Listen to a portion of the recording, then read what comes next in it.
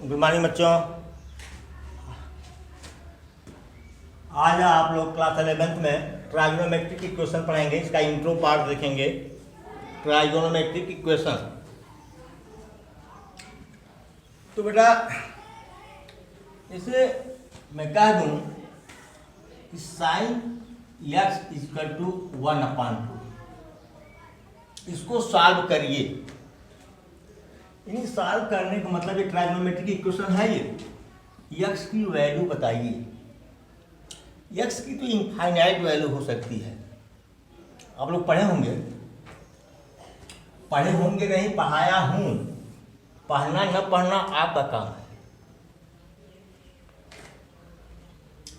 0 π/2 पाई 3π/2, यहाँ पर 2π। ये तो एक चक्कर का हो गया, ठीक है। तो अगर x की वैल्यू, नोट कर लीजिए, अगर x की वैल्यू लेस देन और इक्वल टू 2π है, ग्रेटर देन और इक्वल टू 0 है, तो यहाँ पर मतलब एक राउंड की बात कर रहा हूं मैं। एक राउंड में ये कौन सा देता है? ये प्रिंसिपल वैल्यू देता है। क्या देता है? प्रिंसिपल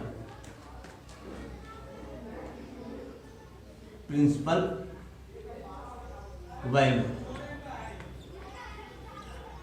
ठीक है। प्रिंसिपल वैल्यू देता है ये फर्स्ट राउंड, एक राउंड में। इसके बाद तो राउंड आप बढ़ाते जाएं, तब जो वैल्यू आती है उसको हम जनरल सॉल्यूशन कहते हैं। क्या कहते हैं? प्रिंसिपल वैल्यू या प्रिंसिपल सॉल्यूशन, ठीक है। अगर 2π के आगे जब बढ़ते हैं तो जनरल सॉल्यूशन हो जाता है। क्या? जनरल सॉल्यूशन, जनरल वैल्यू, ठीक है। इसे कोई कहा, जैसे मान लीजिए साइन x = 1/2। एक लड़के ने कहा, आप में से कोई कहा, सर π/6 साइन 30 अंश का मान होता है। क्या कहा? π/6 सर। चलिए ठीक है, हम जाते हैं ACTS। दूसरे ने कहा, सर ये π-π/6 कर दीजिए सर। क्या कहा? π-π/6। देखो क्या हो जाएगा? ये 5π/6। देखो साइन π-π/6 इज पार्ट साइन π/6, बोलो, बराबर 1.2 हुआ ना। चलिए भाई, ठीक है। तो अब यहां पर साइन नेगेटिव होगा, यहां पर भी साइन नेगेटिव होगा। इसका मतलब दो वैल्यू पॉजिटिव। ये दोनों क्या है? ये प्रिंसिपल वैल्यू है। क्या है? Principal value of x. अगर आप दूसरे चरण में, दूसरे राउंड में घुसेंगे तो जनरल वैल्यू हो जाएगी। चलिए, अब x इक्वल टू π/6, 5π/6। ये तो वन राउंड के लिए हो गया। फिर दूसरे के राउंड में घुसता हूं, इसमें आता हूं। जरा देखो, ये क्या है? 2π+6। 2π जैसे sine 2π + π/6, that's what? Sine π/6, that's what? 1/2। तो कितना हुआ? 6 दूनी 12, 1 13, 13π/6, 13π/6, ठीक है। किसी ने कहा, मतलब ऐसे ही अगर आप चलते जाएं तो कहां तक मान निकाल सकते हैं? इनफाइनाइट वैल्यू निकाल सकते हैं। कितना? इनफाइनाइट वैल्यू आप निकाल सकते हैं एक्स के। ऐसे इनफाइनाइट मान होंगे। लेकिन फर्स्ट राउंड वाला जो मान होगा, फर्स्ट राउंड में, फर्स्ट रिवॉल्यूशन में जो मान होगा, वो प्रिंसिपल मान होगा। अब ऐसा जब लिखेंगे तो क्या होगा? General value. क्या होगा? जनरल वैल्यू, जनरल सॉल्यूशन, ठीक है। इस तरह से जैसे हमने ले लिया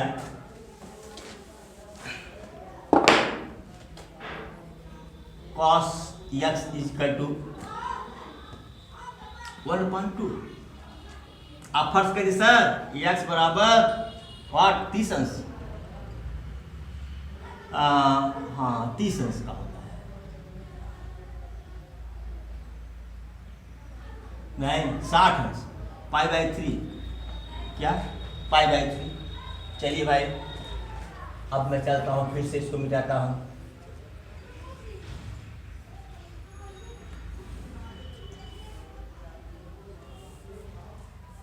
चलो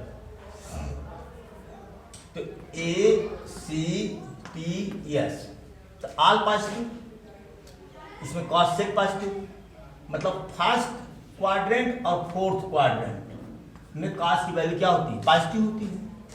तो पॉजिटिव वैल्यू इसे दे दिया ये, अच्छा मान लो -1/2 दे दिया, क्या दे दिया -1/2। चलो छोड़ो, एक आध निगेटिव ले लें, -1/2। तो पता है कि इसमें पॉजिटिव होता है, सेकंड और थर्ड में cos की वैल्यू क्या होती है, निगेटिव होती है।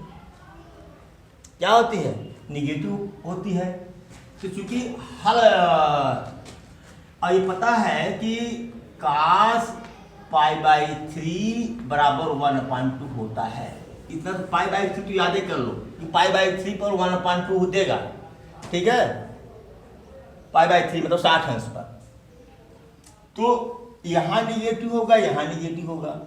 अब cos का मान बदलना नहीं चाहिए, तो आप कह सकते हैं कि x बराबर, अब देखो cos इसमें पाई माइनस हो चलेगा ना, पाई माइनस π/3 इसका टू माइनस cos π/3 इसका टू -1/2। एक निकाल दिया sir x is equal to, ये कितना हो जाएगा ये, या cos 2π/3 इसका टू -1/2। एक निकाल सर x इक्वल टू 2π/3। भाई एक निकाल दिया, दूसरा कहाँ कमजोर है, आप लोग भी तो एक से बढ़ के एक हो। तो दूसरा क्या कहा सर, थर्ड क्वाड्रेंट में भी तो cos निगेटिव होता है। अगर ये कह दूं cos पाई प्लस π/3 तो माइनस cos π/3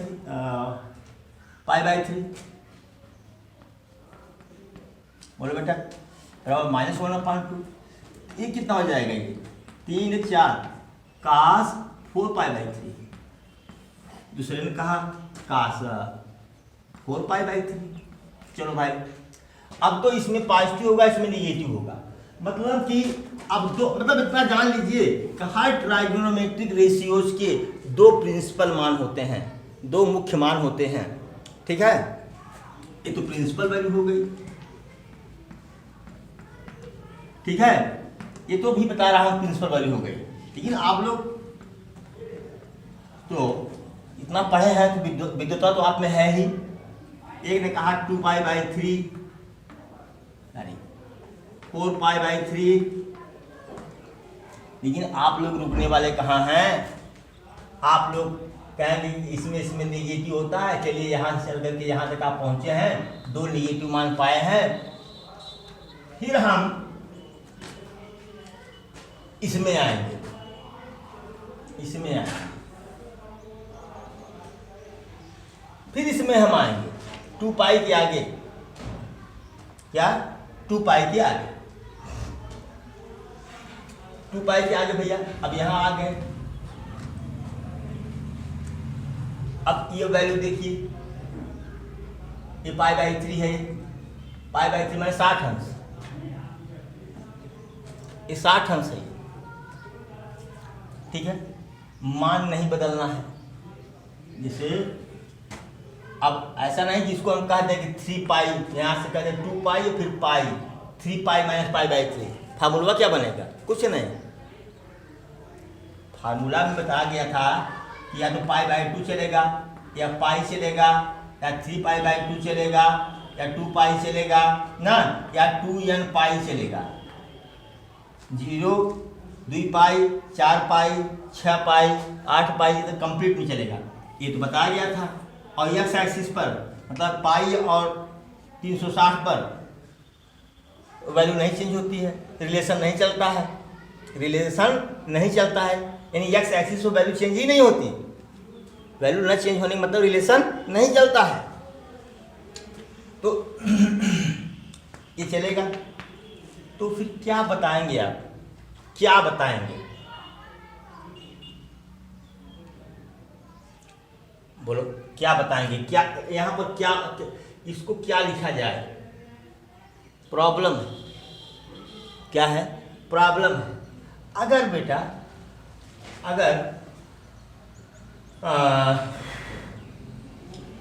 अब तो 2 पाई के आगे हम चल रहे हैं, 2 पाई के आगे हम चल रहे हैं,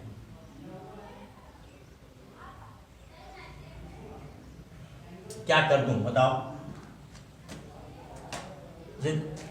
2 पाई के रूप में आंसर आ जाए, 2 पाई के रूप में आंसर आ जाए, इसके लिए क्या किया जाए, क्या कहा जाए?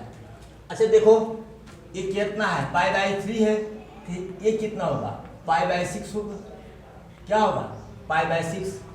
अब जो 2 पाई के आगे बढ़ रहे हैं, 2 पाई प्लस π/2 प्लस ये π/6, अरे यार ये 60 अंश हुआ, 30 अंश होगा कि नहीं पूरा 90 में? ये क्या हो जाएगा? ये π/6, 2 पाई प्लस इसको ऐड करेंगे इसको, तो 2 π/3, 2 π/3। तो किसी ने कहा सर काश 2 पाई प्लस 2 π/3 कर दीजिए, ये भी कितना आएगा? -1/2 आएगा, निश्चित आएगा वो, ठीक है। तो कितना हुआ? ये 3 2 निश्चय 8 π/3, 8 π/3। ऐसे दिमाग लगाते जाइए, आपको अनंत वैल्यू मिलेंगे। लेकिन ये सब क्या हो गए? ये जनरल वैल्यू हो गए, व्यापक मान, क्या व्यापक मान हो गए। तो अब बताइए, अब समस्या बेटा ये उठ रही है, समस्या ये उठ रही है कि क्या अगर हमको व्यापक मान निकालना है तो क्या ऐसे ही घुमरी परैया कर करके हम व्यापक मान निकालेंगे? और कितना मान निकालेंगे? व्यापक मान के लिए एक व्यापक वैल्यू लिखनी होगी ना, जिसमें n आ जाए, इसमें n आ जाए। इसे 8 पाई लिखे, ये तो कैसे, कब तक लिखेंगे इसको? इसके लिए फार्मूला सुझाया गया है। क्या? अगर आप नोट करना चाहें नोट कर लें, फार्मूला सुझाया गया है, इसको नोट कर लें आप समझने के लिए। चलिए देखिए, जनरल इक्वेशन लिख दिया हूं, जनरल सोल्यूशन। अगर sin x बराबर sin y, अभी आप पढ़े, sin x बराबर sin y अभी आपने पढ़ा, तो x बराबर n pi plus -1 power n into y, और n क्या है? इंटीजर है, बिलोंग्स टू z। अगर cos x बराबर cos y है तो x बराबर 2n pi plus minus y, n belongs to integer.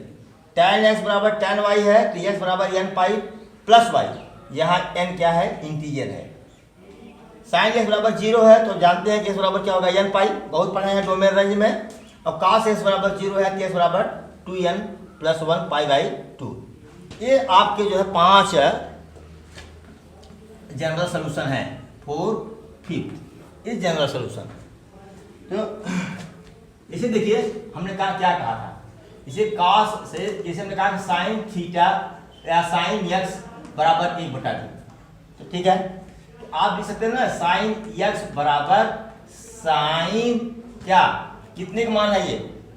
30 अंश का, π/6। देखो यही π/6 y है और यही क्या है? ये तो x है ही, देख रहे हो नहीं देख रहे? ये y है, ये क्या है? x है। तब के लिए जनरल सोल्यूशन के लिए ये फार्मूला का इस्तेमाल होगा, इस फार्मूले का इस्तेमाल होगा, ठीक है। तो इस पर अब हम लोग कुछ सवाल करते हैं, कुछ सवाल करेंगे तो ज़्यादा समझ में आएगा। चलिए, इसे है, पहला है कि साइन थीटा बराबर 0, तो थीटा बराबर यहां से n पाई। दूसरा है cos थीटा बराबर 0, तो थीटा इक्वल टू 2n+1 π/2। इसमें n का मान रखते जाइए, इसी n का मान इंटीजर है ना, इंटीजर है तो 0 रखिए, -1 रखिए, -2 रखिए, मतलब +-2 +-3 +-4 रखते जाइए, अनंत मान आपको मिलेंगे। कितने मान? अनंत मान। इसमें भी n की वैल्यू 0, फिर +-1 +-2 +-3 +-4 +-5 अनंत मान मिलेंगे आपको, जिस पर cos थीटा का मान क्या होगा? 0 होगा। ठीक है, जैसे कहा tan थीटा बराबर 0। चलो भाई, तो tan थीटा बराबर क्या होगा? tan 0 बोलो, यहाँ x हो गया, ये क्या हो गया? y। थीटा बराबर क्या होगा? n pi plus y। तो n पाई y की वैल्यू कितनी है? 0 बराबर n पाई। थीटा बराबर मतलब कि थीटा बराबर 0, 1 पाई ऋण 1 पाई, 2 पाई ऋण 2 पाई, 3 पाई ऋण, मतलब ऐसे अनंत मान आपको मिल जाएंगे। ये लिखने की जरूरत नहीं है, इसी से बचने के लिए तो हम लोग जनरल इक्वेशन निकाले हैं यहाँ पर। ठीक है, नोट करें प्लीज, और भी काम किया जाएगा, नोट कर लें।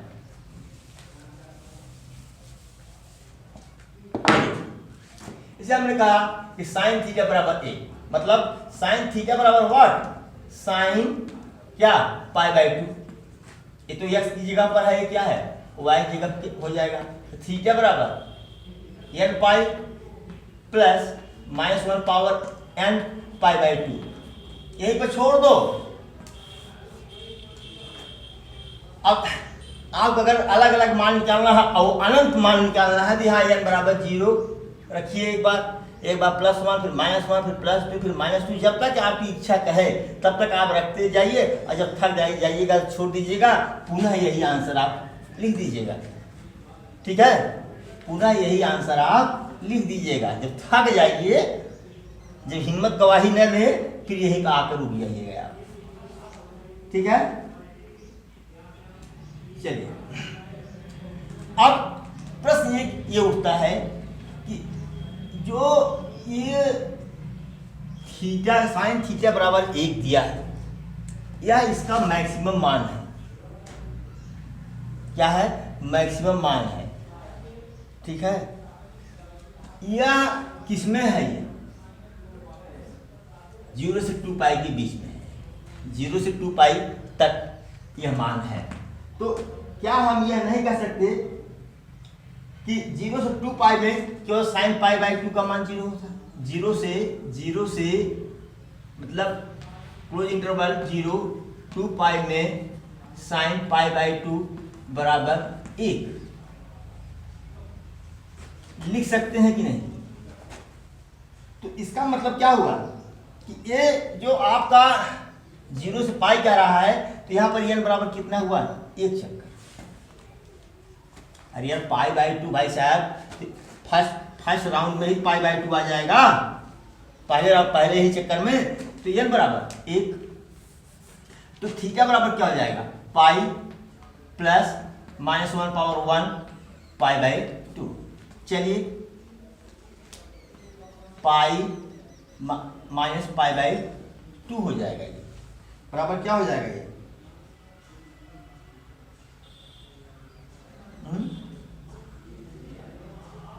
फिर π/2 आ गया यार, क्या मतलब है इसका? छोड़ो,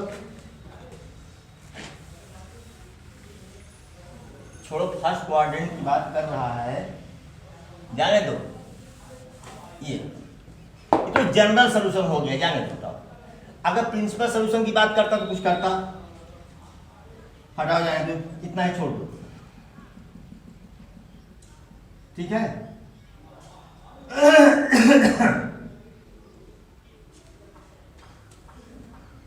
चलो भाई, दूसरा है, चलो cos थीटा बराबर 1, यानी cos थीटा बराबर cos 0 डिग्री, यानी ये x की जगह पर है, ये y की जगह पर है। तो थीटा बराबर क्या होगा? यहां से 2n pi plus minus y, यही ना? तो 2n पाई प्लस माइनस 0 बराबर 2n पाई। क्या हो गया? 2n पाई। ठीक है, चलिए नोट करिए इसको।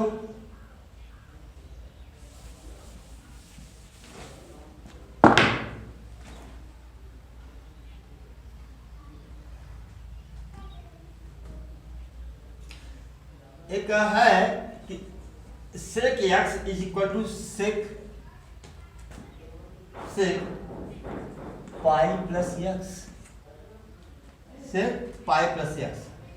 चलो भाई, या इसको 1 cos x is equal to 1 cos pi plus x, बोलो यार बराबर हो जाएगा ये। यानी cos x अगर आप इसका व्युत्क्रम ले लें, cos x बराबर cos पाई प्लस एक्स। सोचो एक्स है ही, ये किसकी वैल्यू है? y की। एक्स बराबर क्या होता है? 2n pi plus minus Y, ठीक है। तो ये क्या होगा? 2n pi plus minus pi plus x, ठीक है।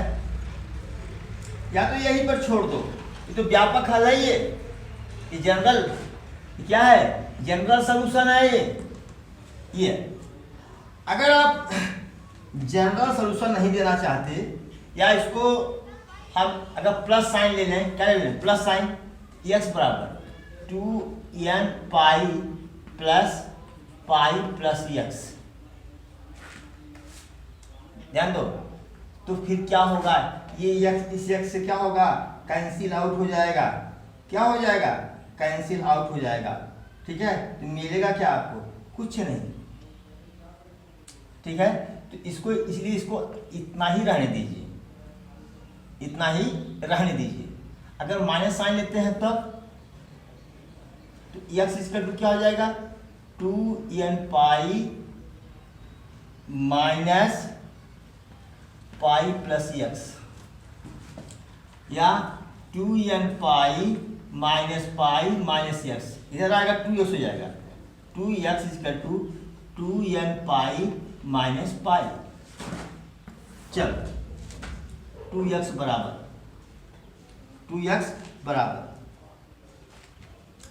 तो यानी 2x बराबर पाई कॉमन लेता हूं, पाई तो 2n माइनस 1, ठीक है। x बराबर पाई 2n माइनस 1 बाई 2, या x equal to 2n minus 1 pi by 2, ऐसे भी आप लिख सकते हैं, ठीक है।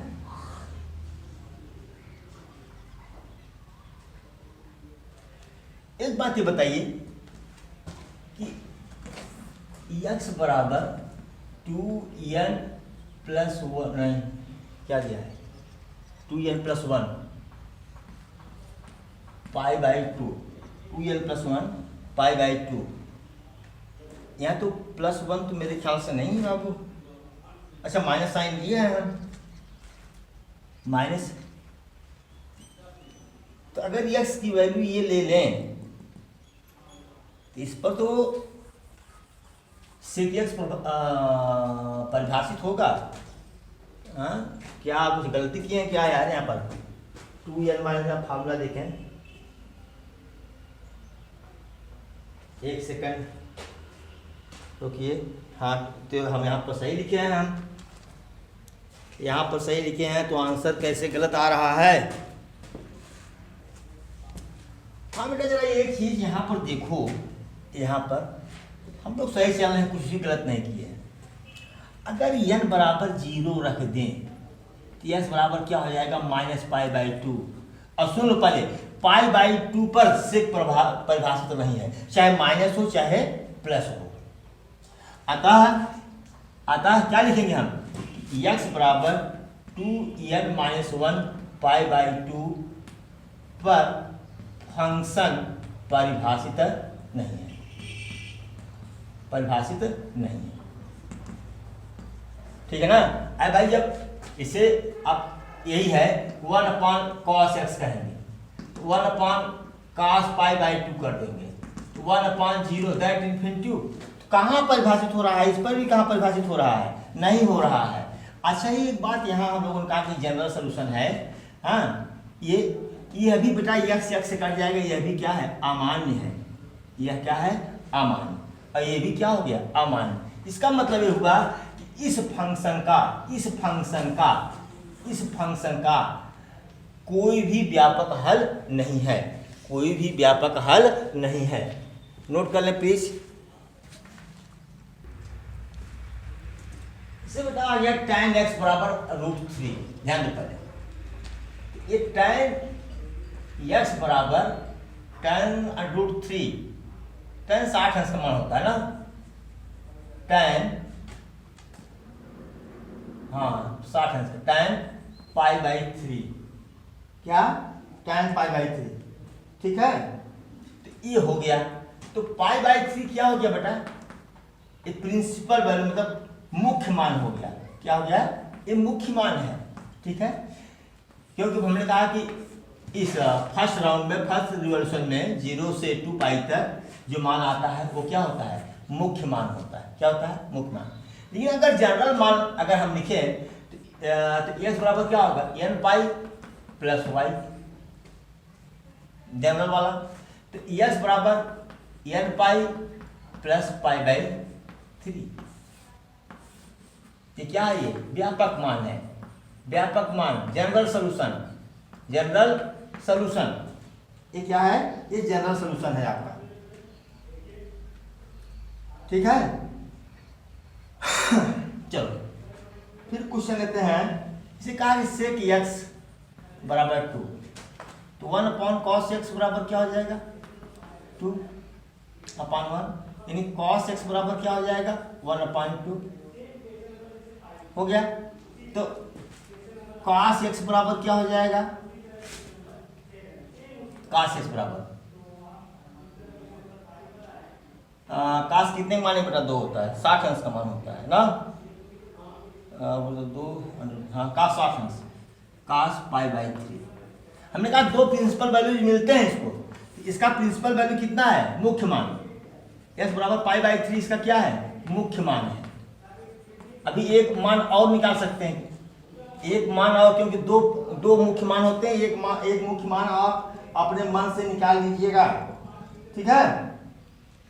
अच्छा, अब हम क्या करेंगे, क्योंकि यहाँ पर क्या है, cos x बराबर जब cos y है, ये वाला फार्मूला है, ये वाला, तो x बराबर क्या होगा, 2n पाई प्लस y बराबर 2n पाई प्लस y, कितना, π/3, x बराबर, ये क्या है बेटा, ये जनरल सोल्यूशन है। क्या है ये, जनरल सोल्यूशन, ठीक है, प्लस माइनस, ठीक है, नोट कर लें इसको।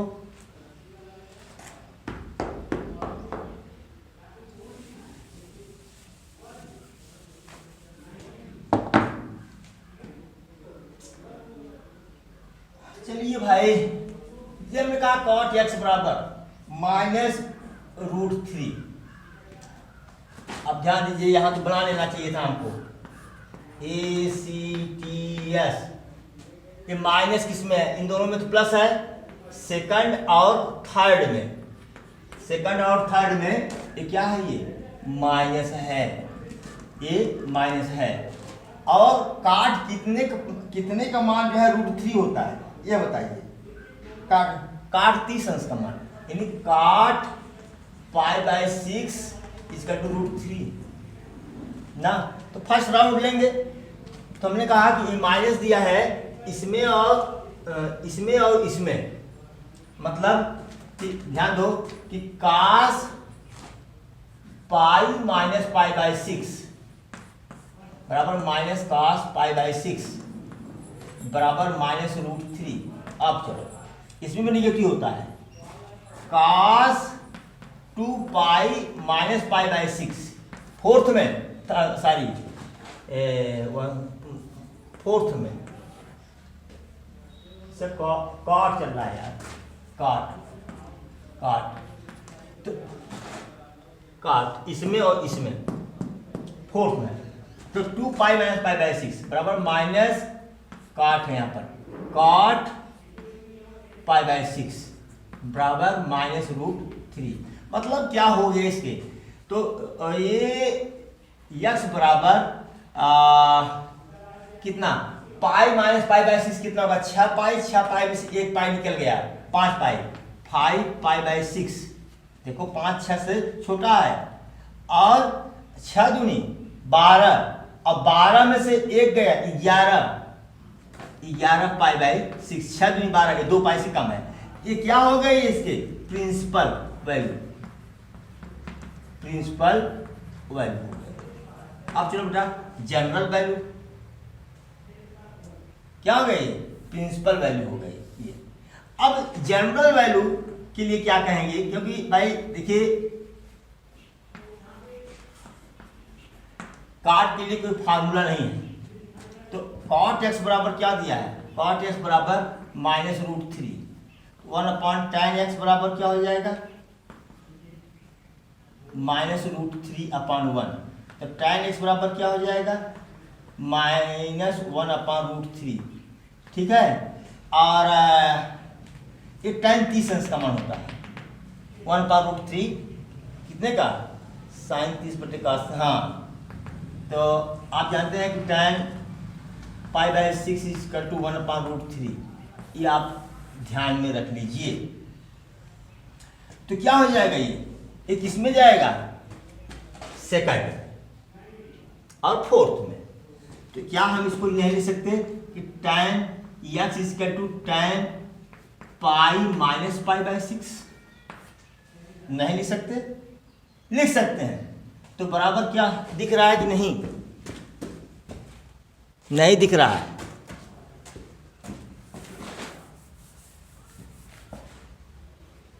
क्या इसको हम tan π-π/6 π-π/6 बराबर -tan π/6 होगा ना, यानी tan 6 में से गया 5, 5 π/6, tan 5 π/6 = -1/√3, ठीक है। तो ये 5 π/6 क्या हो गया, ये मुख्य मान है, क्योंकि फर्स्ट राउंड में 6 दूनी 12, 2 से कम है ये, यानी तो tan x बराबर क्या हो गया बेटा, tan x बराबर tan 5 π/2, ये हो गया। अब हम इसको मिटा देते हैं, कितना कब तक इसको रोक के रखे रहें। आइए, तो यहां पर तो हमने व्यापक मान निकाल लिया, अब जनरल मान, x बराबर n pi plus y, x बराबर n पाई प्लस वाई, 6 है यार, प्लस 5 π/6, ये जनरल मान हो गया। ये n की वैल्यू रखते जाओ, यहाँ n क्या है, इंटीजर है, इंटीजर अनंत है, इसका हल भी क्या होगा, अनंत होगा। क्या होगा, अनंत होगा, ठीक है। इस तरह से हुआ, नोट कर ले प्लीज। हाँ, दिख नहीं रहा था नीचे वाला, tan x बराबर tan π/6 उठा दिया हूँ, अपना आराम से देख लीजिए इसको, ठीक है। अब अगले वीडियो में हम एक्सरसाइज को लेकर के आएंगे, तब तक के लिए बहुत बहुत धन्यवाद आप लोगों को।